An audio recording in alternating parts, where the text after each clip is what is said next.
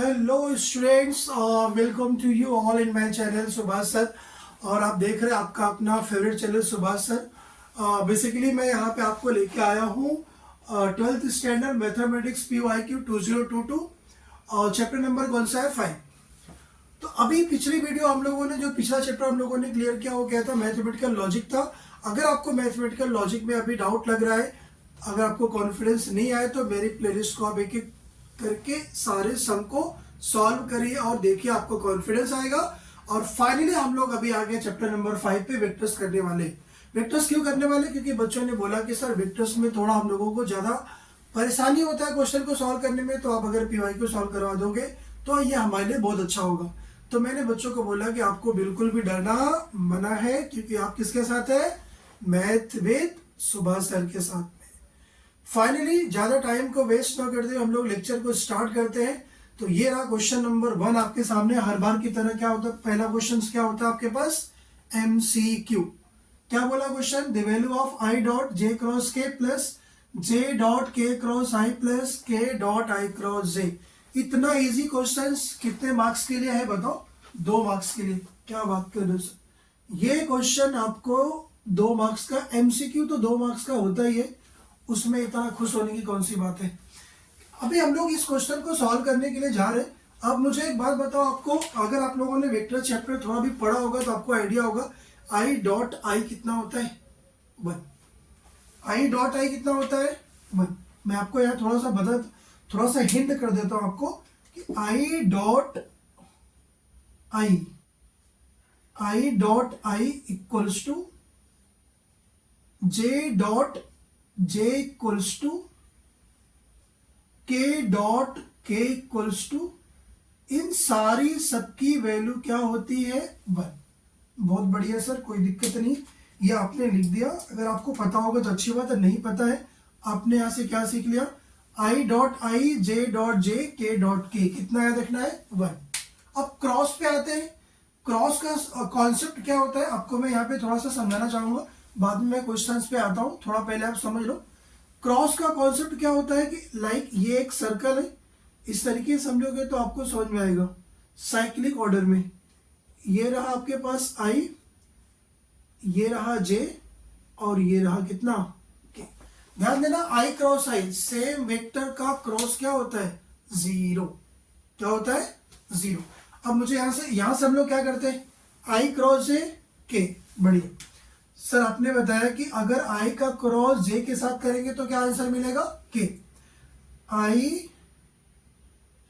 Cross J क्या मिला यहां से बताओ? K। बढ़िया, ये सही है सर, कोई दिक्कत नहीं है, समझ गए। फिर बताओ यहां से J क्रॉस K क्या हो जाएगा? I। यहां से क्या मिला बताओ? J cross K। J cross K की वैल्यू क्या हो गई यहां से बताओ? I हो गई। सही है सर, कोई दिक्कत नहीं। आगे आ जाओ, K क्रॉस I क्या है? J। यहां पे कर दो K cross I। K cross I देखो, K क्रॉस I क्या मिलेगा? J मिलेगा। सर ये तो बात समझ में आ गई, कोई दिक्कत नहीं है। ध्यान देना, आप जैसे ऑर्डर को चेंज करोगे तो माइनस साइन आएगा। अगर आप J क्रॉस I करोगे तो क्या मिलेगा? माइनस का K। साइक्लिक टर्म में जाएंगे ना, I J K, I के बाद J के बाद K, तो ऐसा I cross J K, J cross K I, K cross I J। इस बात का ध्यान देना। अगर आप इसका उल्टा जाओगे तो माइनस साइन होगा, जैसे J क्रॉस I माइनस का K, I cross K minus का J, K cross J minus का I। इस बात का ध्यान देना। क्वेश्चन क्या जरा मुझे बताओ, एक लाइन में आपका आंसर आ जाएगा जो मैंने आपको यहाँ पे बता दिया। अब यहाँ से हम लोग क्वेश्चन को लिखते हैं। क्वेश्चन क्या पूछा आपसे बताओ? क्वेश्चन पूछ रहा है कि आप किसका आंसर बताओ? I डॉट कितना J क्रॉस K प्लस फिर J dot K cross I plus फिर बाद में कितना है? K डॉट I क्रॉस कितना J। ध्यान से देखना, कोई भी दिक्कत होगी आप मुझे बताना। अब मुझे एक बात बताओ, क्या मैं J क्रॉस के क्या दिख रहा है? क्या होता है? I होता है। सर कोई दिक्कत नहीं, यहाँ पे डॉट है। ये बताओ क्या हो गया? ये I जे क्रॉस के कितना आ गया आई। सर बहुत बढ़िया, कोई दिक्कत नहीं है, यहां तक समझ आ गई बात। फिर इधर भी क्या लिखा हुआ है, जे डॉट के क्रॉस आई। सर के क्रॉस आई क्या होता है, जे, के क्रॉस आई क्या होता है, जे। एकदम बढ़िया सर, कोई दिक्कत नहीं है, आगे आ जाओ। इधर पे क्या लिखा हुआ बताओ, K dot I cross J. Sir I cross J क्या होता है, के, मैंने यहां लिखा भी है, आई क्रॉस जे क्या होता है, के। अब आ जाओ उसके ऊपर वाली लाइन में, उसके ऊपर क्या लिखा है बताओ, I dot I, J dot J, के डॉट के, सब कितना होता है 1। I dot I 1, J dot J 1, के डॉट के 1। अब मुझे एक बार बताओ 1 + 1 + 1 कितना आ गया 3। कितना आया बोलो 3। ऑप्शन नंबर कौन सा हो गया, डी। क्या ये क्वेश्चन आपको समझ में आया क्या? 2 मार्क्स का था, एक मिनट का भी आंसर नहीं था, बट मैंने आपको अच्छी तरीके से समझाया कि के क्रॉस आई क्रॉस जे सब कुछ क्या होता है। फिर मैंने क्वेश्चन को सॉल्व करा, ऑप्शन नंबर कौन सा आ गया, डी। यहां तक समझ में आ गया। चलते अगले क्वेश्चन नंबर कौन से, 1 खत्म हो गया, 2 पे चलते हैं। अगला क्वेश्चन है वेक्टर का क्वेश्चन नंबर 2। और क्वेश्चन नंबर 2 क्या बोल रहा है आपको जरा मुझे बताओ। क्वेश्चन नंबर 2 में ए दिया हुआ है, बी दिया हुआ है, सी दिया हुआ है, are the vertices of a triangle. G मतलब क्या हो दिया हुआ है, सेंट्रॉइड दिया हुआ है, of its centroid then find the value of. आपको वैल्यू किसकी फाइंड करनी है, पी, क्यू और आर, ये वैल्यू आपको फाइंड करनी है। अब मुझे एक बात बताओ, find the value of P, Q and R. Okay,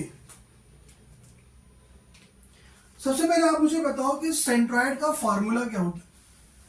centroid of a triangle का फार्मूला, मैं सबसे पहले मैं फार्मूले फोकस करता हूं। अगर आपको फार्मूला अच्छे से आएगा तो आप क्वेश्चन को सॉल्व कर ले जाओगे। मुझे एक बार बताओ, centroid of a triangle, centroid of a triangle, इसका फार्मूला क्या होता है आप मुझे बता सकते हो क्या? जब ट्रायंगल का वर्टाइसेस कितना दिया हुआ है, ए, बी एंड सी, तो सेंट्रॉइड का फार्मूला क्या होता है, जी डैश इक्वल्स टू, या जी वेक्टर पढ़ते डैश नहीं पढ़ते, जी इक्वल्स टू क्या हो जाएगा, A plus B plus C divide by क्या होगा 3। ये आपके पास formula, centroid of a triangle, G equals to A plus B plus C by कितना हो गया 3। अब आपको जी दिया हुआ है, ए दिया हुआ है, बी दिया हुआ है, तो इसको वेक्टर फॉर्म में लिखते हैं। अभी ये पॉइंट फॉर्म में है, तो इसको वेक्टर फॉर्म में कैसे लिखोगे? अगर आपको ए इक्वल्स टू कितना दिया हुआ है 1 5 1 पी, ए इक्वल्स टू क्या गिवन आपके पास, ये है 5, ये 1 और ये क्या दिया हुआ है पी। इसको वेक्टर फॉर्म में लिखेंगे तो क्या हो जाएगा, ए वेक्टर क्या हो जाएगा 5i प्लस जे प्लस क्या हो जाएगा पी के। बढ़िया सर, समझ में आ गया, कोई दिक्कत नहीं। नेक्स्ट बी, बी में क्या दिया हुआ है जरा बताओ, 1 दिया हुआ है, क्यू दिया हुआ है, पी दिया हुआ है। अगर इसको वेक्टर फॉर्म में लिखेंगे तो हमेशा जब वेक्टर फॉर्म में लिखते हैं तो स्मॉल में लिखते हैं, कोई दिक्कत नहीं। बी में क्या हो जाएगा जरा बताओ, ये हो जाएगा आई प्लस ये हो जाएगा आपके पास क्यू जे, और फिर लास्ट में क्या आएगा पी के। और फिर सी पॉइंट कितना है 1 -2 3, तो सी वेक्टर क्या हो जाएगा यहां से बताओ, सी वेक्टर हो जाएगा आई माइनस का कितना 2j प्लस कितना हो गया 3k। और फिर जी, सेंट्रॉइड को वेक्टर फॉर्म में लिख दो, तो यहां से जी क्या हो जाएगा जरा बताओ, जी आपको कितना गिवन है पहले मुझे बताओ। जी गिवन आपके पास r माइनस 4/3, ये है r माइनस का 4/3 और कितना 1/3। अगर इसको हम लोग वेक्टर फॉर्म में लिखेंगे तो क्या हो जाएगा यहां से बताओ, ri माइनस का 4/3j प्लस का कितना 1/3k। ये सारे पॉइंट्स को हम लोगों ने वेक्टर फॉर्म में लिख दिया। अभी फार्मूला आप अप्लाई करते, जी इक्वल टू कितना है a plus B plus C by 3, put up कर दो फार्मूले में सारी वैल्यू। जी कितना मुझे बताओ वहां से, जी की वैल्यू है कितना आर आई माइनस, इधर जी है आपके पास फार्मूला, यहां से क्या अप्लाई करेंगे हम लोग फॉर्मूला अप्लाई करते हैं।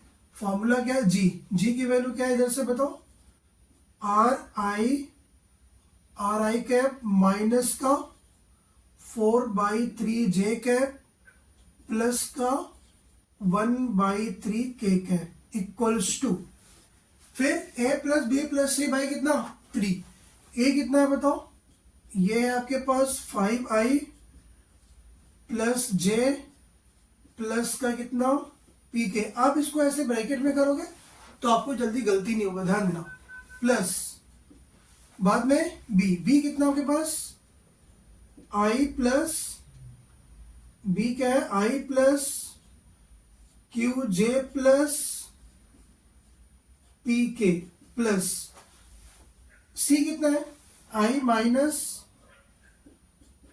माइनस का 2j प्लस कितना 3k, डिवाइड में क्या आएगा 3, बट 3 को हम लोग यहाँ पे क्या करेंगे, क्रॉस मल्टीप्लाई, 3 को हम लोग यहाँ पे क्रॉस मल्टीप्लाई कर देंगे तो एक स्टेप थोड़ा सा कम हो जाएगा, कोई दिक्कत नहीं। आप एक स्टेप आगे लिख सकते हो क्योंकि आपको इस स्टेप पे क्या मिल जाएगा, मार्क्स मिल जाएगा। सर अब क्या करेंगे, ध्यान दो, पहले 3 को अंदर भेज दो, ये वाले 3 को अंदर भेज दो, पहले क्या हो जाएगा बताओ, ये हो जाएगा आपके पास कितना 3ri, ये हो जाएगा 3ri माइनस 3 से 3 कैंसिल, कितना बचेगा इधर से, ये बचेगा 4j, 3 से 3 यहाँ से कितना बचेगा k कैप, बढ़िया समझा सर, कोई दिक्कत नहीं। अब यहाँ पे आपको एक चीज ध्यान देना है कि जिधर जिधर i है उसको एक साथ करना है, ये 5i plus i plus i, 5i plus i कितना हो गया 6i, 6i प्लस i कितना हो गया, ये हो गया 7i, बढ़िया। अब j वाले को एक तरफ करते हैं, ये j हो गया माइनस का 2j हो गया, इधर पे क्या है qj, तो अभी मुझे बताओ अगर मैं यहां से j कॉमन करूं, यहां से क्या मिलेगा पहले बोलो, q मिलेगा, j और j में से क्या जाएगा माइनस का 2j, तो यहां से क्या बचेगा बताओ, माइनस का 2j में से प्लस का j, माइनस का j, तो माइनस का मैं 1 करूंगा और बाहर कॉमन क्या आ जाएगा दोनों में से जी, बढ़िया सर कोई दिक्कत नहीं, समझ आएगी बात। फिर प्लस के वाले पे आते, के में क्या क्या है, पी के, यहां भी पी के है, उधर भी कितना है 3k, पी के प्लस पी के कितना हो गया बताओ 2pk, पी के प्लस पी के कितना हो गया 2pk, उधर कितना है 3k, दोनों में कॉमन करेंगे क्या मिलेगा बताओ, ये हो जाएगा 2p प्लस क्या हो जाएगा 3, बाहर कॉमन क्या आएगा k। इतनी बात अगर आपको समझ में आ गई तो मुझे लगता है आगे कुछ है नहीं, आगे क्या करना है आपको, आई जे के कोएफिशिएंट को इक्वेट करना है। तो यहाँ पे हम लोग ये लिख सकते हैं एक लाइन, इक्वेटिंग बोथ साइड, मैं ऐसे बोल दे रहा हूँ क्योंकि लिखूंगा तो नीचे का स्पेस बचेगा नहीं, equating both side I J and के कोएफिशिएंट। तो मुझे बताओ इधर आई का कोएफिशिएंट कितना है 3r, इधर कितना है 7, तो आप क्या बोलोगे सर, ये हो जाएगा 3r इक्वल्स टू कितना 7, r की वैल्यू क्या आ गई 7/3, बहुत बढ़िया कोई दिक्कत नहीं है।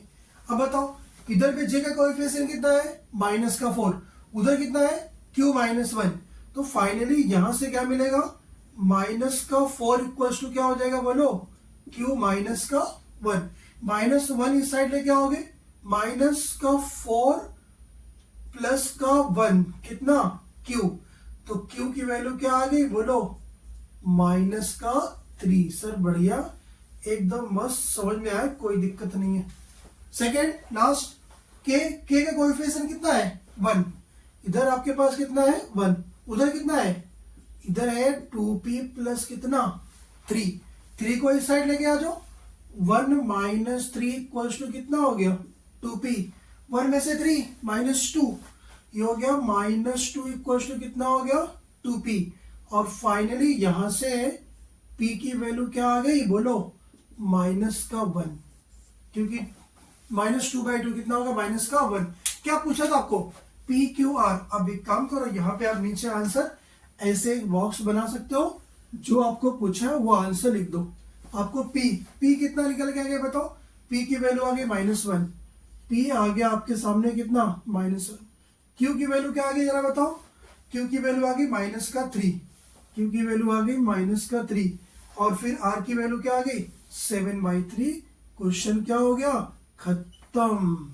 सर कितने मार्क्स का था? 3 मार्क्स का।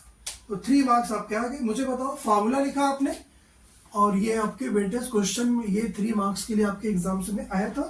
तो 3 मार्क्स आपको इजिली फाइंड कर सकते हो। 3 मार्क्स। बात समझ आ गई? अब चलते हम लोग अगले क्वेश्चन नंबर कौन से वाले पे? क्वेश्चन नंबर 1 हो गया, क्वेश्चन नंबर 2 हो गया।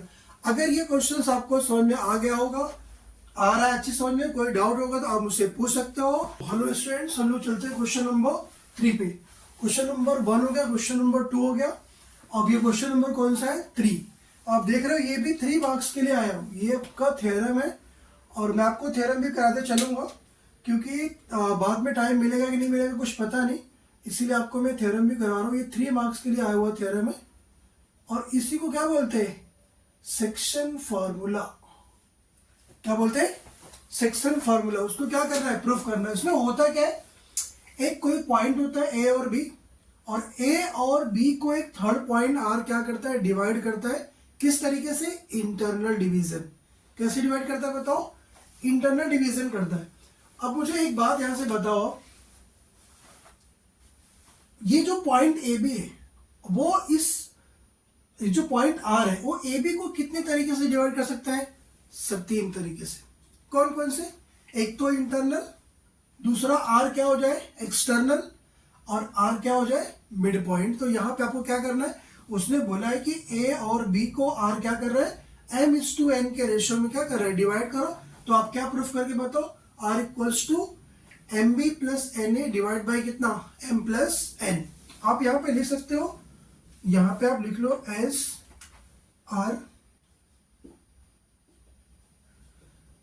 Are is the line A R B. R किधर पे? A R B. A R B बोले तो कितना हो गया ये? A B. A R B A B divide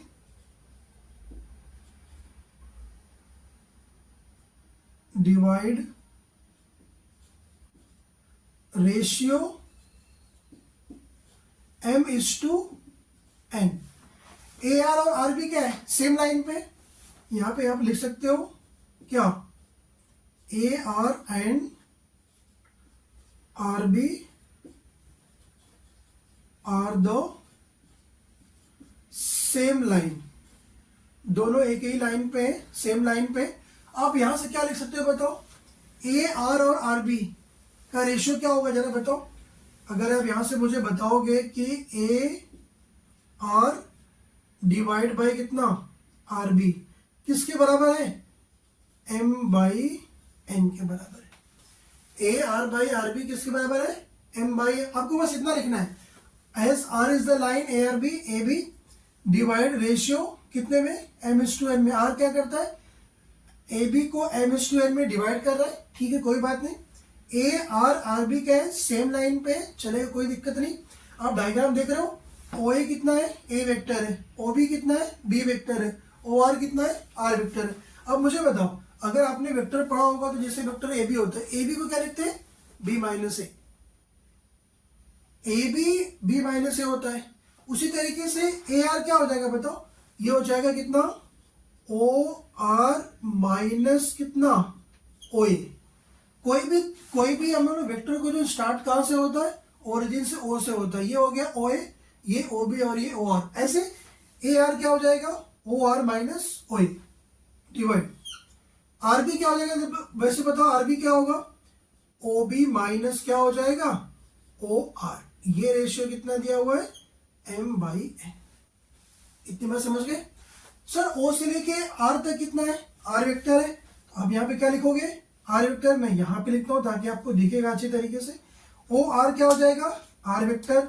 ये हो गया आपके साथ आर वेक्टर माइनस ओ से ए। ओ ए कितना है? A vector divide by O B कितना है? ओ बी बताओ? बी वेक्टर माइनस, और ओ आर कितना है? R vector. ये किसके बराबर है? m by n। इतनी बात समझ गए? बहुत इजी है, थ्योरम है 3 मार्क्स के लिए, बिल्कुल एकदम इजी प्रूफ करने के लिए। अब क्रॉस मल्टीप्लाई करो, n का क्या हो जाएगा? n टाइम्स में क्या हो जाएगा, r minus a equals to n times में कितना हो गया, b माइनस कितना r, n को अंदर भेज दो, क्या हो जाएगा ये, N R minus N A equals to M B minus कितना हो गया बोलो, एम आर। अब क्या करो, ये आर वाले को एक साइड लेके आ जाओ, माइनस का एम आर इधर है क्या हो जाएगा, प्लस का एम आर, तो ये हो जाएगा आपके पास एन आर वेक्टर प्लस क्या हो जाएगा बोलो, M R vector. N A को उस साइड लेके जाओ, इधर पे पहले से क्या है, एम बी प्लस क्या हो गया, एन ए। यहां से कुछ कॉमन दिख रहा है क्या, जरा मुझे बताओ, यहां से कॉमन क्या दिख रहा है, आर। क्या बचा इधर बताओ, इधर बचा आपके पास m प्लस n, यहां पे क्या लिखा हुआ है, एम बी प्लस क्या हुआ है, एन ए। फाइनली अगर मैं यहां से r की वैल्यू अगर फाइंड करूं तो आपको दिख जाएगा क्या, M B plus N A divide में कितना, m प्लस n। इसी को हम लोगों को क्या करना था, प्रूफ करना था, और ये 3 मार्क्स के लिए आपके एग्जाम्स में आया था। क्या ये बात समझ में आ गई आपको, ये था आपके पास थ्योरम 3 मार्क्स के लिए। क्वेश्चन नंबर 3 हम लोग चलते हैं अभी अगले क्वेश्चन पे। फ्रेंड्स अगर ये क्वेश्चन आपको समझ में आ रहा होगा, आप देख रहे हो इतने इजी क्वेश्चन वेक्टर्स में आते और बच्चे बोलते हैं हम लोगों को डर लगता है, तो इसलिए डरना मना है, जो भी वेक्टर्स का क्वेश्चन आएगा आप कर पाओगे। अभी ये 2022 के सम सॉल्व करा रहा हूं, याद रखना इतने सारे सम, अगला क्या आ जाएगा 2023। अगर ये वीडियो आपको अच्छी लगी, क्वेश्चंस आपको समझ में आ गया होगा, तो आप क्या करो, वीडियो को लाइक करो, शेयर करो, कमेंट करो और सब्सक्राइब करो। तब तक मिलते हम लोग अगले वाले वीडियो में, कौन से पीवाई के लेके 2023।